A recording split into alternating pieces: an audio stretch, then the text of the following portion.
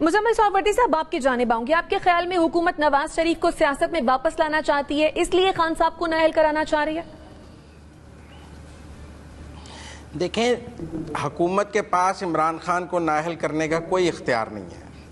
یہ اختیار پاکستان کی عدلیہ کے پاس ہے اور وہی استعمال کر سکتے ہیں.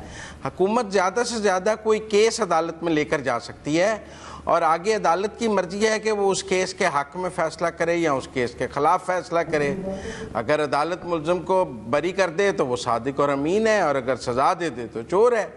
تو اس لیے پہلی بات تو یہ ہے کہ کسی حکومت کے پاس کسی بھی سیاستدان کو نااہل کرنے کا کوئی اختیار نہیں ہے.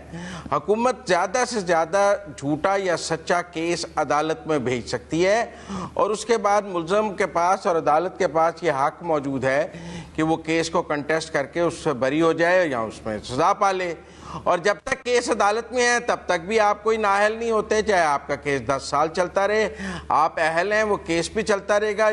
You are not guilty unless you are proven guilty. تو اس لیے ایک بات تو یہ ہے کہ حکومت کے پاس عمران خان کو نااہل کرنے کا کوئی اختیار نہیں ہے.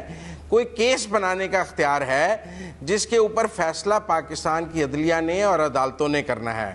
وہ کیس کو خارج بھی کر سکتی ہیں، منظور بھی کر سکتی ہیں. نواز شریف کو اہل کرنے کے لیے 2/3 اکثریت چاہیے. 62(1)(f) میں تبدیلی کرنی پڑے گی. وہ آئینی شک ہے اور وہ سادہ قانون سازی سے نہیں ہو سکتی. اس کے لیے پارلیمنٹ میں آپ کے پاس دونوں ایوانوں میں، سینٹ اور قومی اسمبلی میں 2/3 ہونی چاہیے، جو موجودہ حکومت کے پاس نہیں ہے. اگر 2/3 ہوتی تو وہ صدر عارف الوی کو نہ ہٹا لیتے اور اپنا صدر لے آتے، لیکن ان کے پاس سینٹ اور قومی اسمبلی میں 2/3 نہیں ہے. اس لیے وہ دونوں ہاؤسز سے وہ صدر کو نہیں ہٹا سکتے، نواز شریف کو اہل بھی نہیں کرا سکتے. اس لیے دونوں جو سوال ہیں یہ مفروضوں پر مبنی ہیں. نواز شریف کی کوئی 7 سال قید تو ختم ہو سکتی ہے کسی عدالت کی اپیل کے ذریعے، لیکن وہ کسی عدالتی فیصلے کی روشنی میں اب اہل بھی نہیں ہو سکتے، کیونکہ وہ فائنلٹی ہو گئی ہوئی ہے 62(1)(f) کی.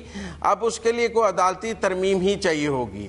اس لیے حکومت کی خواہشات اپنی جگہ اور حکومت کے جو اس میں وہ محدود اختیارات ہیں وہ بھی اپنی جگہ ہیں. حکومت کے پاس کوئی اختیار نہیں ہے. عمران خان صاحب کو چاہیے کہ وہ کم سے کم قانون توڑیں. ان کو چاہیے کہ وہ کم سے کم ریڈ لائن کراس کریں، کم سے کم موقع دیں پاکستان کی عدلیہ کو اور دیگر اداروں کو کہ وہ ان کے خلاف کوئی رائے بنائیں یا ان کے بارے میں فیصلہ کر سکیں. انہیں حدود و قیود کے اندر سیاست کرنی چاہیے، پارلیمان میں واپس آنا چاہیے، اپنا سیاسی کردار ادا کرنا چاہیے.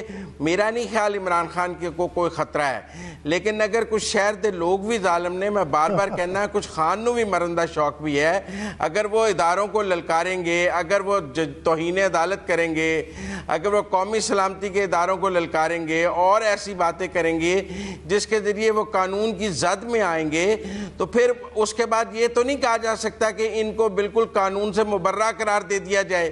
یہ جتنا مرضی قانون توڑیں، ان کو کچھ نہ کہا جائے، پھر لاڈلے والا تصور آ جاتا ہے. تو اس لیے میں سمجھتا ہوں کہ عمران خان صاحب اگر اپنی اگلی اننگ محتاط کھیلیں تو وہ بچ سکتے ہیں، لیکن اگر وہ کوئی غیر محتاط اننگ کھیلیں گے تو ان کے لیے بہت سی مشکلات ہوں. ٹھیک، اگر